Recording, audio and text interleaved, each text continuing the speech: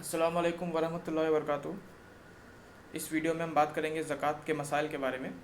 मेरा नाम है मोहम्मद आमिर अंसारी और चलिए वीडियो को शुरू करते हैं सूरह तौबा सूरह नंबर 9 आयत नंबर 103 के साथ, जिसमें अल्लाह ताला ने अभी नबी मोहम्मद सल्लल्लाहु अलैहि वसल्लम से फरमाया है कि आप लोगों से ज़कात लिया करें उनकी पाकीज़गी के लिए, और बेशक अल्लाह सुनने वाला और जानने वाला है।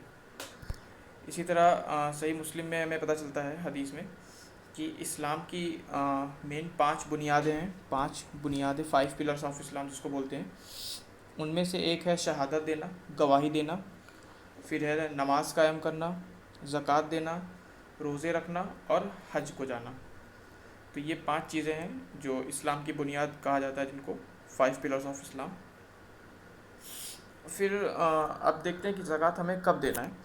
तो इसके लिए हमें जामे तिर्मिज़ी की हदीस मिलती है 632, जिसमें बताया गया है कि वो माल जो हमारे पास 1 साल से ज़्यादा रखा हुआ है, और वो साल जो है वो हिजरी कैलेंडर के अकॉर्डिंग माना जाएगा, लूनर कैलेंडर, और वो एक निसाब, एक उसकी क्वांटिटी एक निसाब को, एक लिमिट को क्रॉस कर जाती है, तो उस पर हमें ज़कात देना फ़र्ज़ हो जाता है।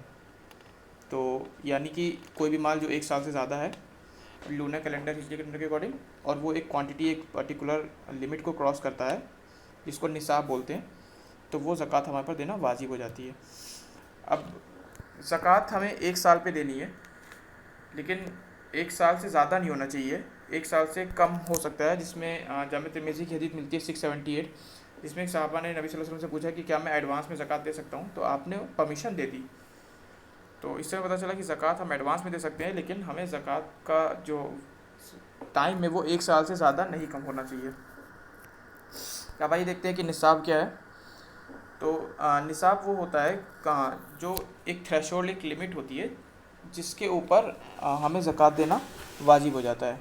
तो अगर हम गोल्ड की बात करें, सोने की बात करें, तो 85 ग्राम या उससे ज़्यादा अगर सोना है तो उस पर ज़कात देनी है 2.5% उस सोने के वेट के अकॉर्डिंग।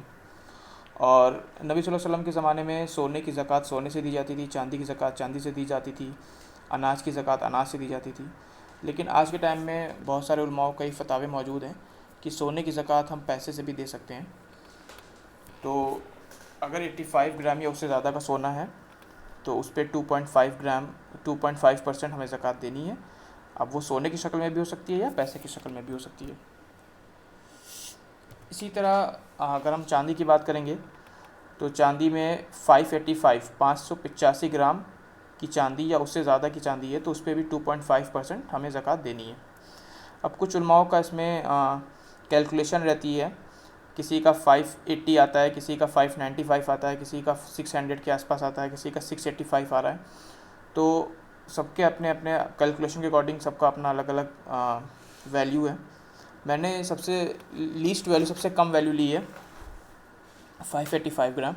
तो ज़्यादातर उलमाओं का 585 ग्राम पे एक्सेप्टेंस है, तो इसीलिए मैंने ये वैल्यू ली है। इसी तरह सोने पे भी जो 85 ग्राम है, तो ज़्यादातर उलमाओं का है कि हाँ, ये 85 ग्राम सोने पे ज़कात देना है 2.5 ग्राम, तो इसीलिए मैंने सोने का भी ये लिया हुआ है। अब इसी तरह जो हमारे पास कैश में चीज़ें अवेलेबल, कैश है, फिक्स डिपॉजिट है, बैंक बैलेंस है, उनकी जो निसाब वैल्यू है वो भी चांदी से ही कैलकुलेट की जाती है। तो यानी अगर वो जितने भी फ़िक्स डिपॉज़िट है, बैंक बैलेंस हैं, एफडीज़ हैं, वो अगर 585 ग्राम की चांदी से ज़्यादा है तो उस पर 2.5% ज़कात देनी है।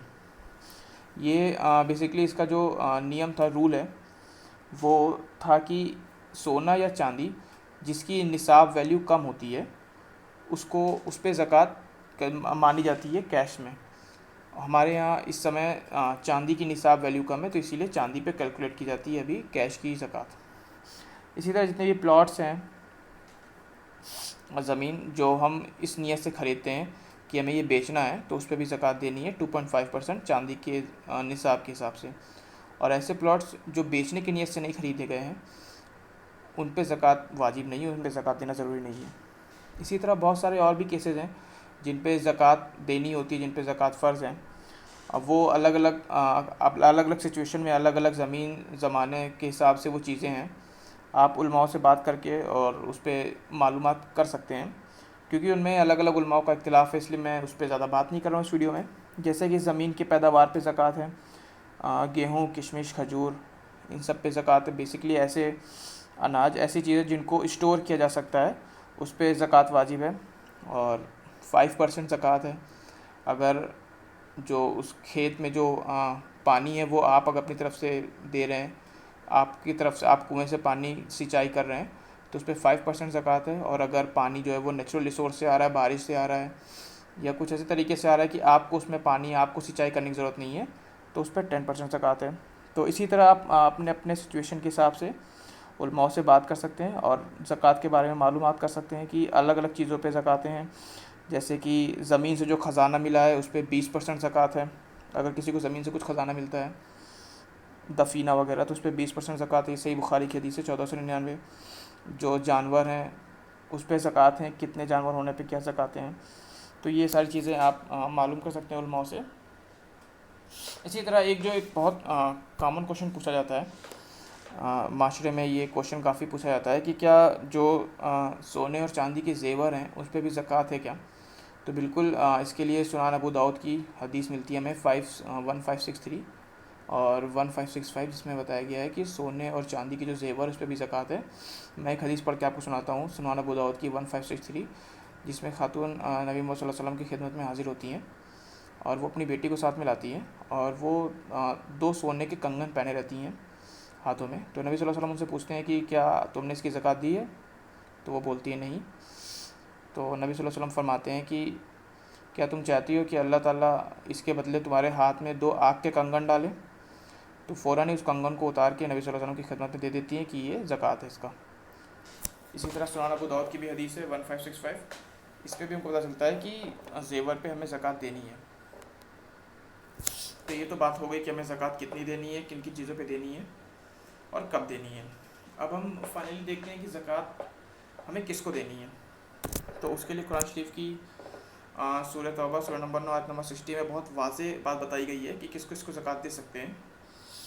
तो उसमें है अल-फुकरा यानी गरीब लोग, फ़कीर लोग, अल-मिस्कीन यानी जो ज़रूरतमंद लोग हैं, फिर ऐसे लोग जो ज़कात कलेक्ट करते हैं और लोगों में बांटते हैं, उनको भी ज़कात दिया जा सकता है। फिर ऐसे लोगों को ज़कात दिया जा सकता है जिनका दिल इस्लाम की तरफ मायल होने वाला हो या हो चुका हो, या आपके ज़कात देने की वजह से उनका दिल इस्लाम की तरफ मायल हो सकता है, तो ऐसे लोगों को भी ज़कात दिया जा सकता है। फिर रिकाब यानी कि जो हमारे ग़ुलाम हैं उनको भी ज़कात दिया जा सकता है। फिर ऐसे शख्स को भी ज़कात दिया जा सकता है जो कर्ज़ में डूबा है और वो अपने कर्ज़ को चुका नहीं सकता, उसको ज़कात दिया जा सकता है। फिर 7वें नंबर पे वो लोग हैं जो अल्लाह की राह में दावत तबलीग का काम कर रहे हैं, उनको भी ज़कात दिया जा सकता है। और फिर ऐसे शख्स को ज़कात दिया जा सकता है जो सफ़र में है और जो सफ़र की परेशानियों को झेल रहा है, ऐसे लोगों को भी ज़कात दिया जा सकता है। अब